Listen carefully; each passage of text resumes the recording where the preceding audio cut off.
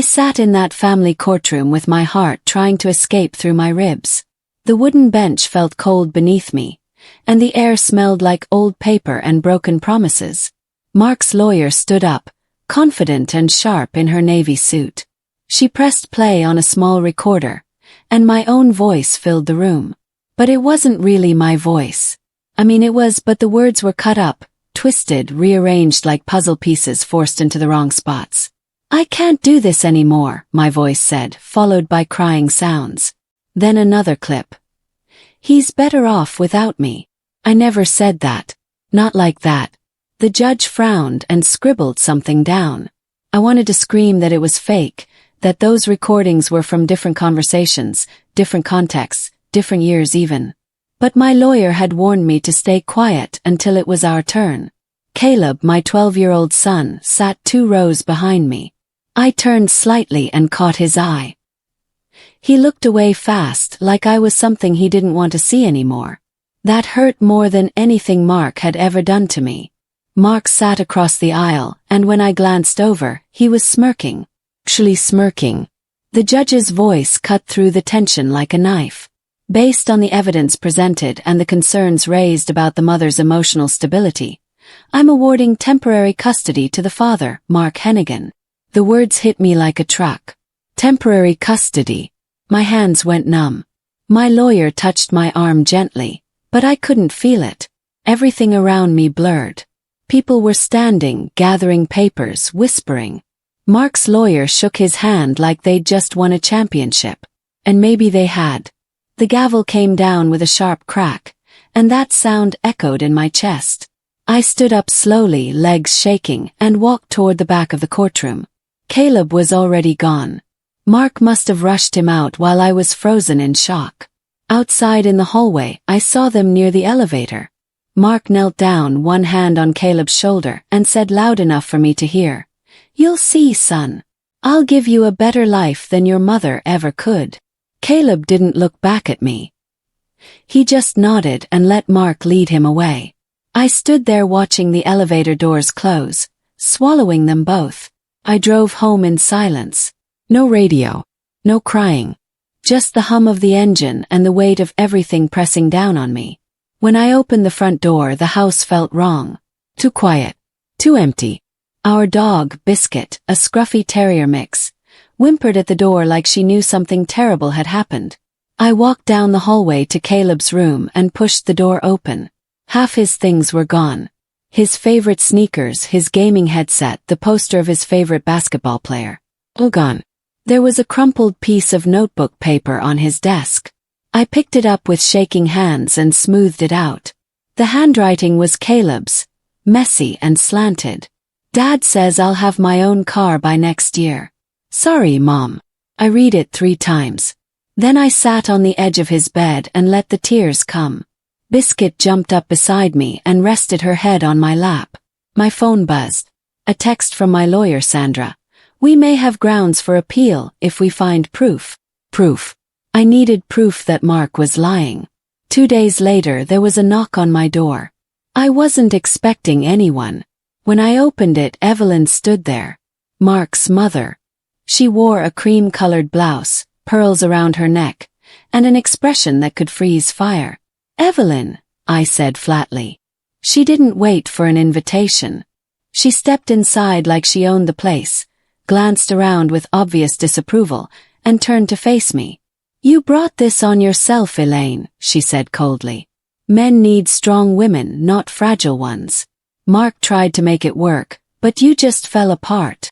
I clenched my fists at my sides. I didn't fall apart. I survived him. She laughed, sharp and bitter. "Survived?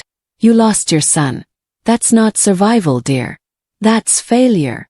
Then she left, heels clicking on the hardwood. I closed the door and leaned against it, shaking with rage. Later that night I got a call from Sandra. "Elaine, I need to tell you something. Evelyn has been emailing the judge's wife. They're in the same church group." My stomach dropped. "Is that legal?" Sandra sighed. "It's unethical. But proving it is another story." Caleb called me 3 days after the custody ruling. I answered on the first ring. "Hi, sweetheart," I said, trying to sound normal. His voice was flat, cold. "Dad says you never supported him. You just wanted to ruin him." The words felt like a slap. "Caleb, that's not true. Your dad and I had problems, but I never wanted to hurt him. I just wanted us all to be safe." "Safe from what?" he snapped. "He's the one taking care of me now." I didn't know what to say. Mark had gotten to him. Twisted everything. "I love you, Caleb. No matter what anyone says, I love you." He didn't respond. There was a long silence. Then I heard something in the background. Mark's voice, sharp and angry. "Don't ever defend that woman. You hear me? She's trying to poison you against me." Caleb must have forgotten to hang up. I held my breath and listened. "I wasn't defending her, Dad. I don't care. You're mine now. Don't forget it." Then the line went dead. I sat there staring at my phone, heart pounding. That wasn't a father talking. That was a man in control. And I had just heard the proof. I started keeping a diary. Every conversation, every missed call, every broken promise from Mark. I wrote down dates, times, and details. Sandra told me documentation was everything. "If he's violating the custody agreement in any way, we need to know," she said. So I waited. I wrote everything down. Mark was supposed to let me talk to Caleb every other night. But he didn't. 3 nights in a row, my calls went unanswered. Texted. No reply. I left voicemails. Nothing. On the 4th night, Caleb finally called. "Sorry, Mom. Dad says the signal's bad at his place." "You're in the same town, Caleb. The signal's fine." He hesitated. "I gotta go." Blick. I wrote it all down. Then Sandra called with something bigger. "Elaine, did Mark take Caleb out of state last weekend?" "I don't know." "Why?" "Because if he did, and he didn't notify the court or get permission, that's a violation of the custody order." I pulled up Caleb's social media. There it was. A photo of him and Mark at a beach 2 states away. Posted 4 days ago. "I'm sending you the screenshot now," I said. Sandra's voice brightened. "This is good. This is very good." My neighbor, Denise, knocked on my door one afternoon. She looked nervous, shifting her weight from one foot to the other. "Can I come in?" she asked quietly. I nodded and stepped aside. We sat in the living room, and she twisted her hands in her lap. "I need to tell you something," she started. "Mark came by last week. He asked me to write a statement saying you drank too much. That I'd seen you stumbling around, acting erratic." My stomach turned. "What did you say?" I said no. I told him I'd never seen you drink more than a glass of wine at barbecues. He got really pushy, said it would help Caleb, but I refused. She looked up at me, eyes full of guilt. "I should have told you sooner." I reached over and squeezed her hand. "Thank you for telling me now." After she left, I sat in silence, piecing it together. Mark wasn't just trying to win custody. He was building a case on lies, false statements, manipulated recordings, and who knows what else. Called Sandra immediately. "We need to go back to court," I said. "Mark's fabricating evidence." Sandra paused. "Can you prove it?" "I'm working on it." Caleb came to stay with me for the weekend. It was part of the custody agreement. Mark dropped him off without a word, just a cold stare before driving away. Caleb walked inside, backpack slung over one shoulder, and didn't say much. He went straight to his room and closed the door. Gave him space. An hour later I knocked softly. "Want some pizza?" He opened the door, and for a second I saw my little boy again. Tired. Confused. "Sure," he said quietly. We ate together on the couch, and I didn't push him to talk. I just let him be. Biscuit curled up between us, and Caleb scratched her ears absent-mindedly. As he was packing up to leave Sunday night, he said something that made my blood run cold. "Dad's been recording everything. He says he's making a case." Kept my face calm. "A case for what?" Caleb shrugged. "I don't know. He just says he's protecting me. After Mark picked him up, I immediately called Sandra. Mark's recording Caleb. And probably me. Then we record too, Sandra said firmly. Document everything. If he's building a case, so are we. Sandra called me a week later with news that made my heart race. I found something, she said. Mark's business phone is linked to an old family account you both shared. He never removed it. And there's a voicemail exchange on there that was never deleted. What kind of exchange? Yes. I can't access it fully yet. It's password protected. But the metadata shows it was sent the week before your custody hearing. If it's what I think it is, Elaine, it could change everything. I felt a flicker of hope for the first time in weeks. What do we do? I'm working with a tech consultant. We'll get in. Just sit tight. I tried to stay calm, but it was impossible. Somewhere in Mark's own records was the truth. Maybe the proof that he'd manipulated everything. I just had to wait. And waiting when your child is on the line feels like drowning in slow motion. That night I barely slept. I kept imagining what that voicemail might say. And I prayed it was enough. Evelyn hosted a charity fundraiser dinner at her country club.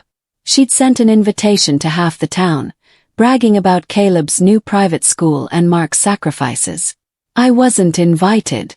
But a woman from my church, Mrs. Calloway, was. And she quietly slipped me a +1 ticket. I think you should be there, she whispered. So I went. I wore a simple black dress, kept my head down and sat in the back. Evelyn stood at the front of the room in a sparkling gown, holding a microphone. Thanks to my son Mark's sacrifices, my grandson Caleb is thriving in an environment that nurtures him, she announced proudly. People clapped. Felt sick. During dinner, I excused myself to the restroom. As I walked down the hallway, I heard Evelyn's voice behind a closed door. She was on the phone. I stopped and listened. Caleb's the leverage Mark needed, she said quietly.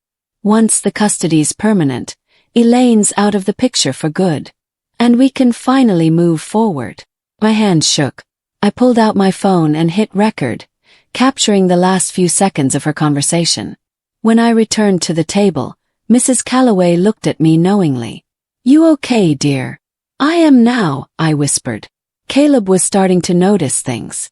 Small cracks in the perfect life Mark had promised. The new school wasn't as great as Mark said. The car he'd been promised kept getting delayed. And Mark's temper, the one I knew too well, was starting to show. One night Caleb couldn't sleep. He got up for water and saw Mark's phone on the kitchen counter, unlocked. He didn't mean to snoop. But a text notification caught his eye. It was from Evelyn. Once custody's permanent, she's out of our lives for good. Caleb's stomach twisted. He scrolled up and saw more. Messages between Mark and his lawyer. Plans. Strategies. And then he saw it. Voicemail file. He pressed play. His father's voice filled the quiet kitchen. Don't worry, I'll make her look crazy. The judge already thinks she's fragile. Just a little more pressure and it's done. Caleb's hand shook. He quickly forwarded the voicemail to his own phone, deleted the sent message from Mark's history, and crept back to his room. He lay in bed staring at the ceiling, his father's words replaying in his mind. Everything he'd been told was a lie. And now he had proof. It was almost midnight when my phone rang. Caleb's name flashed on the screen. Mom. His voice trembled. Caleb. What's wrong? Mom. I think Dad lied about you. Before I could respond, I heard a door slam in the background. Mark's voice exploded. Who are you talking to? I gotta go, Caleb whispered, and the line went dead. I tried calling back. No answer. Texted. Nothing. Panic set in. I called Sandra. Mark just caught Caleb on the phone with me. I don't know what's happening. Stay calm, Sandra said. If Caleb's in danger, he knows he can call for help. But I couldn't stay calm. I paced my living room until 3 a.m, phone in hand, waiting. Finally, at dawn, I got a text from Caleb. Just 2 words. I'm okay. I collapsed onto the couch, tears streaming down my face. He wasn't okay. None of this was okay. But at least he was safe. For now. I didn't know it yet, but Caleb was planning something. Something brave. Something that would change everything. Caleb waited until Mark left for work. Then he quietly packed a small backpack, change of clothes, his phone charger, the voicemail file saved on his phone, and a note he wrote for Mark. I need to talk to Mom. I'll be back. He slipped out the front door, got on his bike, and started pedaling toward my house. It was 6 miles. He didn't care. He needed to get to me. He needed to tell me the truth. Halfway there, a police cruiser pulled up behind him, lights flashing. Caleb's heart sank. He stopped and put one foot on the ground, breathing hard. The officer rolled down his window. You okay, son? Yes, sir. I'm just going to my mom's house. The officer frowned.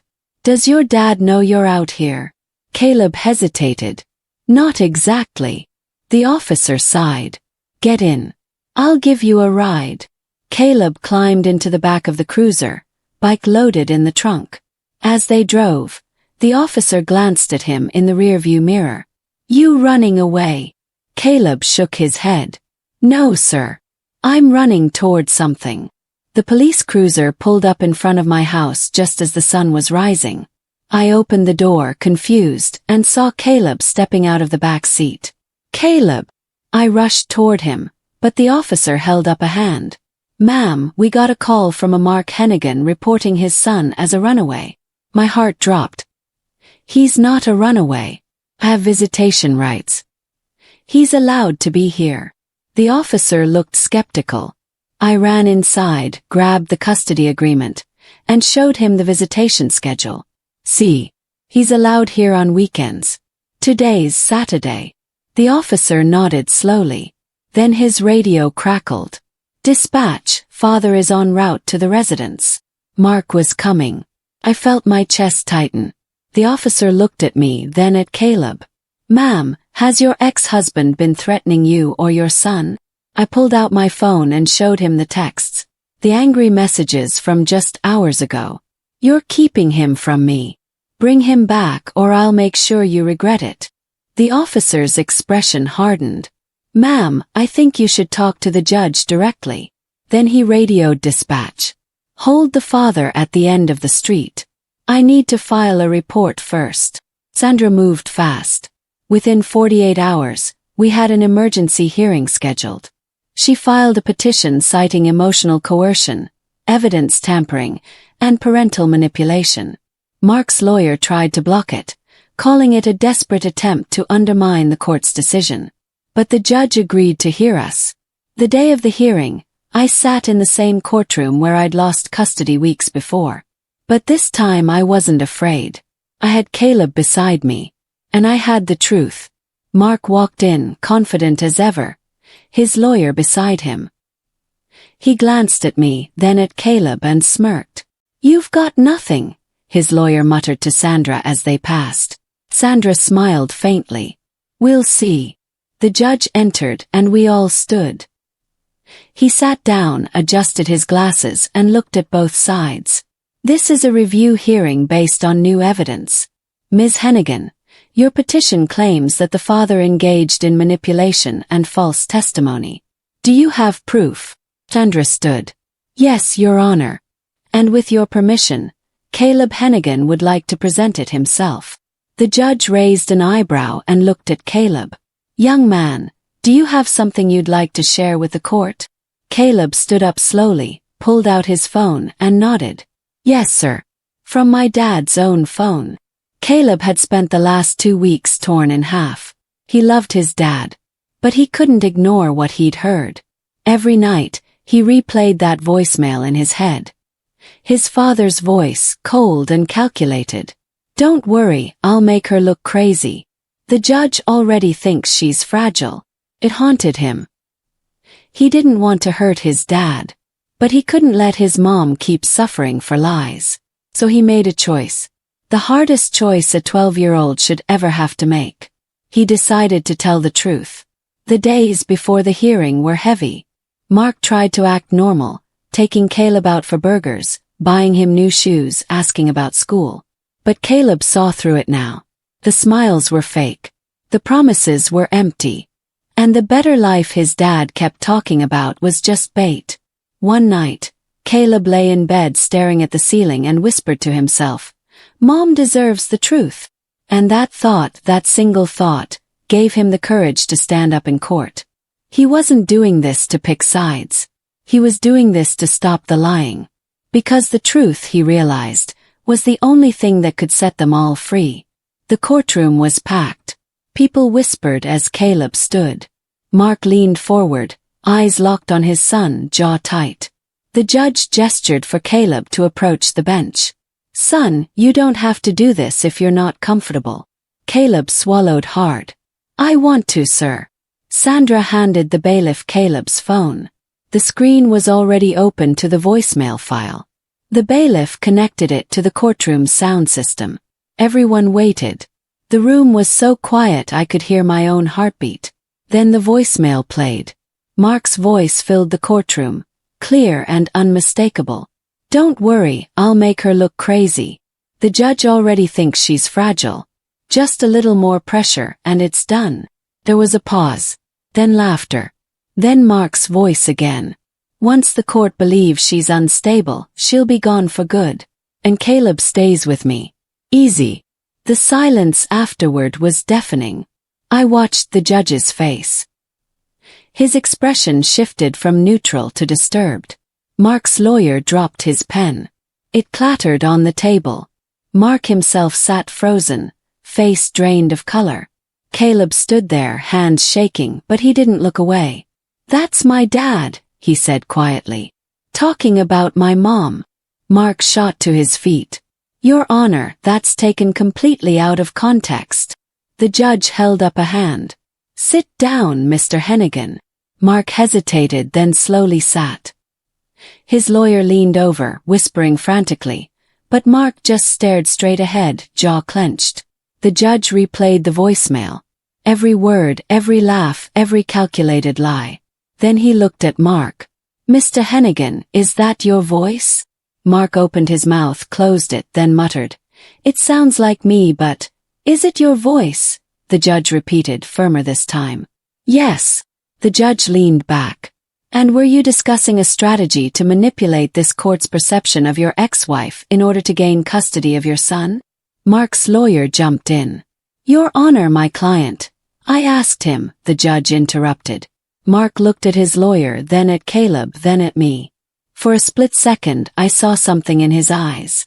Not regret. Fear. Fear of being caught. "It was just talk," he finally said. "Just venting." The judge's face hardened. "Just talk. Mr. Hennigan, you fabricated evidence and manipulated testimony to deceive this court. That's not talk. That's fraud."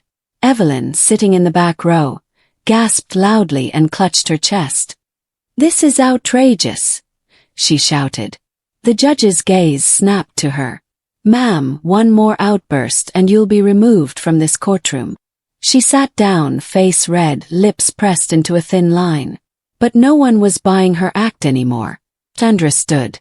"Your Honor, we also have a recording of the paternal grandmother admitting that Caleb was being used as leverage." She played the audio from Evelyn's phone call at the fundraiser. "Caleb's the leverage Mark needed. Once custody's permanent, Elaine's out of the picture for good." The judge closed his eyes briefly, as if trying to contain his anger. This court does not take kindly to manipulation, fabrication, or the weaponization of a child. He looked at Mark. "I'm ordering an immediate review of custody.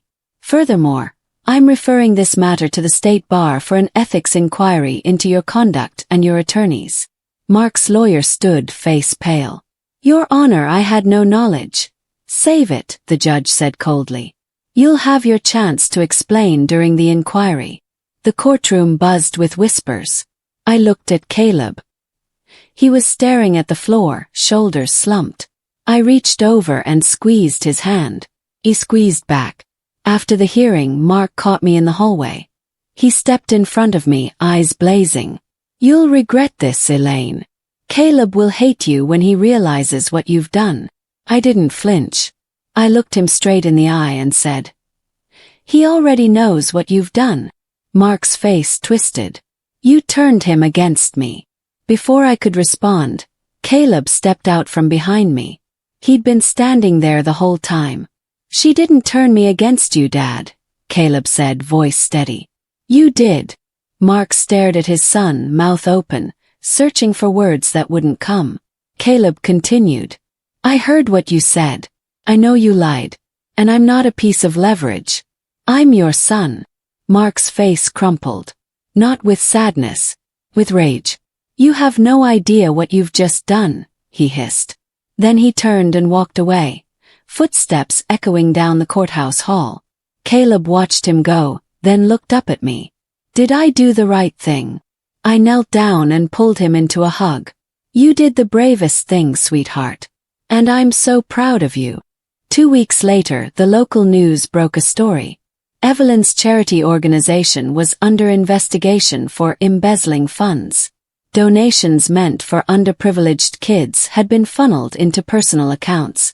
The church withdrew their support. Her reputation crumbled overnight. My phone rang one evening. It was Evelyn. I almost didn't answer. But curiosity got the better of me. "What do you want, Evelyn?" Her voice was shaking, desperate. "Elaine, please. You have to help me. Talk to the press. Tell them I'm a good person.